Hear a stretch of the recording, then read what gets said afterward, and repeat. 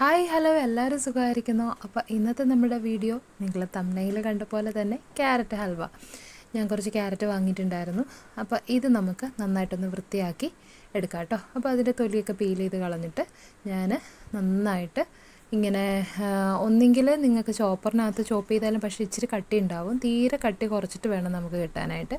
അപ്പോൾ ഞാനിങ്ങനെ നല്ല കനം കുറച്ചിട്ട് എടുക്കുന്നുണ്ട് കേട്ടോ. ഓക്കെ, ഇങ്ങനെ അരിഞ്ഞ് നമുക്ക് എല്ലാം മാറ്റി വെക്കാം. എന്നിട്ട് നമുക്ക് ബാക്കിയുള്ള കാര്യങ്ങൾ ഞാൻ വീഡിയോയ്ക്കകത്ത് കാണിക്കുന്നുണ്ട്. വളരെ സിമ്പിളായിട്ട് കുട്ടികൾക്കാണെങ്കിലും നമുക്കാണെങ്കിലും നല്ല ടേസ്റ്റി ആയിട്ട് കഴിക്കാൻ പറ്റുന്നതാണ് കേട്ടോ ഈ ക്യാരറ്റ് ഹൽവ. ഇതേ പ്രൊസീജിയർ തന്നെയാണ് നിങ്ങൾക്ക് പായസം ഉണ്ടാക്കാനായിട്ടും. പായസത്തിനകത്ത് നമ്മൾ ചൗവരിയൊക്കെ വെന്ത് ചേർക്കുന്നത് എക്സ്ട്രാ ആയിട്ടൊരു സ്റ്റെപ്പായിട്ട് വരും. ഇതിനകത്ത് ചൗവരി ഒന്നും ചേർക്കുന്നില്ല എന്ന് മാത്രമുള്ള വ്യത്യാസമേ വരുന്നുള്ളൂ. നിങ്ങൾക്ക് ഈ ഹൽവ നല്ല തിക്കായിട്ട് വേണമെങ്കിൽ നിങ്ങൾക്ക് എടുക്കാൻ പറ്റും. അല്ല, നിങ്ങൾക്ക് കൺസിസ്റ്റൻസി ഇച്ചിരി ലൂസായിട്ട് മതിയെന്നുണ്ടെന്നുണ്ടെങ്കിൽ അങ്ങനെയും നിങ്ങൾക്ക് എടുക്കാം കേട്ടോ. എങ്ങനെയാണെന്ന് പറഞ്ഞാലും നല്ല ടേസ്റ്റി ആയിട്ടുള്ള ഒരു സ്വീറ്റ് റെസിപ്പി ആണ് കേട്ടോ. അപ്പം നിങ്ങൾ എന്താണെങ്കിലും ഒന്ന് ട്രൈ ചെയ്ത് നോക്കണേ. ഓക്കെ, അപ്പം നമുക്ക് ക്യാരറ്റെല്ലാം നമ്മൾ നന്നായിട്ട് ചെറുതേ കനം കുറച്ച് അരിഞ്ഞെടുത്തിട്ടുണ്ട്. ഇനി നമുക്ക് പാൻ ഗ്യാസ് സ്റ്റൗവിൽ വെക്കാം. നിങ്ങൾ പ്രത്യേകം ശ്രദ്ധിക്കണം. ഞാനിപ്പോൾ ഈ ഉരുളി പല കാര്യങ്ങൾക്ക് വേണ്ടി ഉപയോഗിക്കുന്നതാണ്.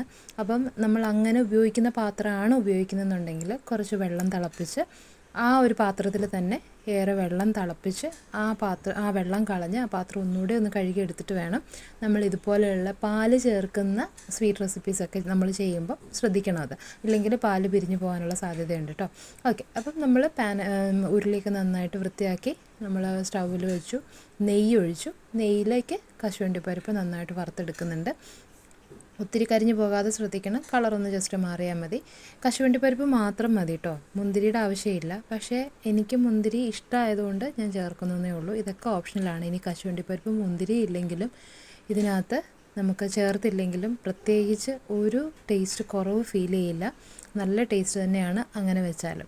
ഇനി നമുക്ക് കുറച്ചും കൂടെ നെയ്യ് ഇതിലേക്ക് ആഡ് ചെയ്തിട്ട് നമ്മൾ അരിഞ്ഞു വെച്ചിരിക്കുന്ന ക്യാരറ്റ് ഇതിലേക്ക് ചേർക്കാം. ഇനി നമുക്ക് ഈ നെയ്യിൽ ജസ്റ്റ് ഒന്ന് മിക്സ് ചെയ്തെടുത്താൽ മാത്രം മതി. ഒരു 2-3 സെക്കൻഡ് ഒന്ന് നന്നായിട്ടൊന്ന് മിക്സ് ചെയ്ത് കൊടുത്താൽ മതി കേട്ടോ.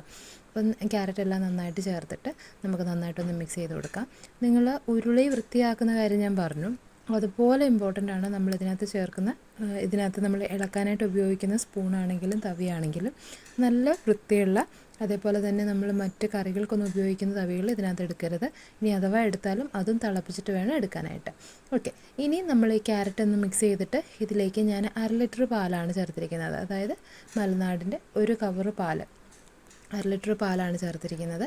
ഈ പാലിനകത്ത് നമുക്കിത് നന്നായിട്ടൊന്ന് വേവിച്ചെടുക്കണം. ഈ പാലിൽ കിടന്നിട്ട് വേണം ഈ ഒരു ക്യാരറ്റ് നന്നായിട്ടൊന്ന് വെന്ത് വരാൻ. പാലൊക്കെ നന്നായിട്ട് തിളച്ചിട്ടുണ്ട്, എന്നാലും നമുക്ക് നന്നായിട്ടൊന്ന് മിക്സ് ചെയ്ത് കൊടുക്കാം കേട്ടോ. ഇടയ്ക്കിടയ്ക്ക് അടിയിൽ പിടിക്കുന്നുണ്ടോ എന്ന് നോക്കണം. നന്നായിട്ട് ഇടയ്ക്കിടയ്ക്ക് നമ്മൾ ഇളക്കി കൊടുത്തുകൊണ്ടേ ഇരിക്കണം. കൈവിടാതെ ഇളക്കൊന്നും വേണ്ട. ജസ്റ്റ് ഇങ്ങനെ തിളച്ച് വരുമ്പോഴത്തേക്ക് ഇടയ്ക്കിടയ്ക്ക് ഒന്ന് ഇളക്കി കൊടുത്തേക്കണം. അടിയിൽ പിടിക്കുന്നുണ്ടാവും, ചിലപ്പോൾ സൈഡിൽ ഇങ്ങനെ പിടിക്കുന്നുണ്ടാവും. അതൊക്കെ ഒന്ന് ജസ്റ്റ് മിക്സ് ചെയ്ത് കൊടുക്കുക കേട്ടോ. ഇനി ഞാനിതിലേക്ക് നമുക്ക് ഏലക്കാപ്പൊടി ചേർക്കണം.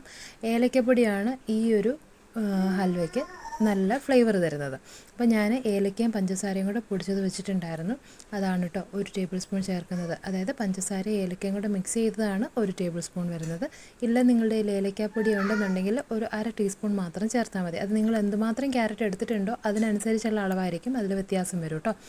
ഓക്കെ, അപ്പോൾ ഏലക്കാപ്പൊടിയൊക്കെ ചേർത്ത് നന്നായിട്ട് ഒന്നുകൂടെ ഒന്ന് തള വന്നപ്പോഴത്തേക്ക് ആവശ്യത്തിന് പഞ്ചസാര, നിങ്ങൾക്ക് മധുരം എത്രമാത്രം ആവശ്യമുണ്ടോ അത്രയും പഞ്ചസാര ചേർക്കുക. അപ്പോൾ എനിക്കിവിടെ അധികം മധുരം ആവശ്യമില്ല എന്നല്ല, ആവശ്യമുണ്ട്.